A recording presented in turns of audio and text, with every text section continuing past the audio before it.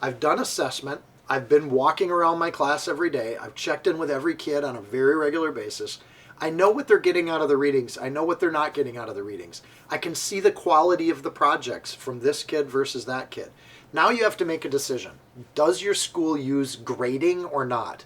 You should know that grading is entirely a behaviorist construct. It's part of the invention of schools in the late 1850s as institutional or industrial model schools. Grading is a function that helps sort and filter kids into high performing and low performing groups. That's the reason you grade. If I know who my A students are, I advance them with more educational opportunity, and then any other kid is not really worth it in the factory model. You want them out in the factories. So it's a way to filter kids. As a micro school, you need to decide what your educational goals are. Do you want to grade? Is that something that is meeting your goals? Or do you want every kid at your school to be performing at the best level they can? If that's the case, grading isn't important anymore. Now you have parents that want to know, how is my kid doing? You have a few options on that with project-based learning. First, you can show them projects that the kids are working on. Even better, take your Fridays or take once a month and have parent nights at your school where the parents can come in and the students can explain to their parents what they're doing for projects. Another option would be portfolio-based assessment. At the end of every unit or maybe every book and literature class, you have the students assemble their projects, put them together, and put short descriptions in front of each one. Those descriptions are based on the conversations they had with you. What have they learned? And as you do this consistently, you train in your students to have those be more robust conversations. So the older they get, the more refined they get at expressing what they've learned, how they've learned it, and what their questions are for the future. You gather those all together and you put them in a portfolio. Portfolio can actually be a 3-ring binder, but it could be a PowerPoint slideshow, or it simply could be a walk-through museum where you have a variety of projects that have been built physically and you show them off. You can do this on a quarterly basis. You can do this on an annual basis and have a full portfolio for the year, which is what a lot of homeschool families do and have traditionally done, especially in states where some sort of evidence of work is required. They'll simply collect samples of work as you go through the year and have an annual kind of portfolio that kids use.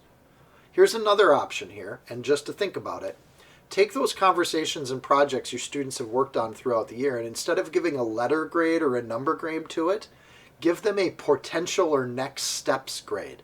So they complete a project, you ask the question, what would you do differently if you got to restart this all over?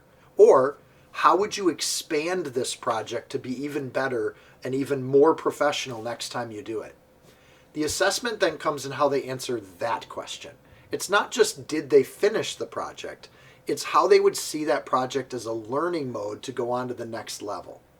And those sorts of things, now you're grading the sorts of things you actually want to see in the educational process. This is very different than composing a test where you think this is what you think they should have learned, having them take the test. All you're really measuring at that point is the student's ability to read your mind. But when you open it up where the students get to show what they've learned, how they've learned to apply what they've learned, and what they would do for their own learning as a next step, you're training in lifetime learners.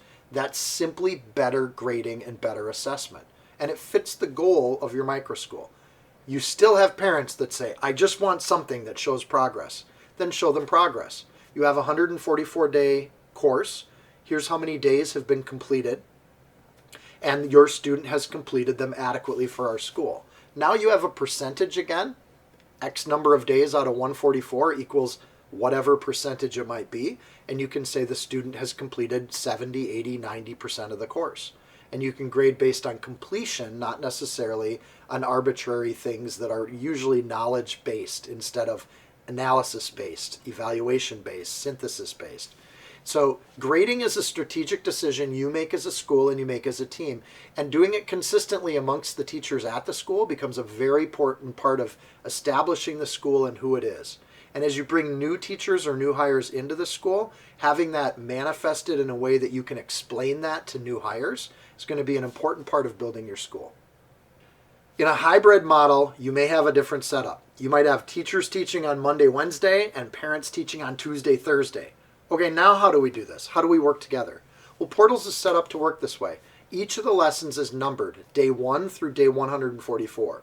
So as you do handoffs between adults, students continue to get a consistent model of education, or it's orderly in a way that they understand what to expect with each lesson, even if a different adult is teaching it.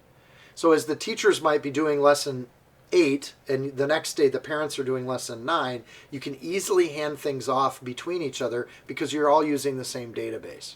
How do you grade between those? Well, that's really easy. Now the parents can judge for themselves how their student is doing. As a micro school or a hybrid school where you have mixed teachers and parents are part of that mix, very easy. Let the parents do the assessment. It's their child. It's their job to determine if they're getting the education they want.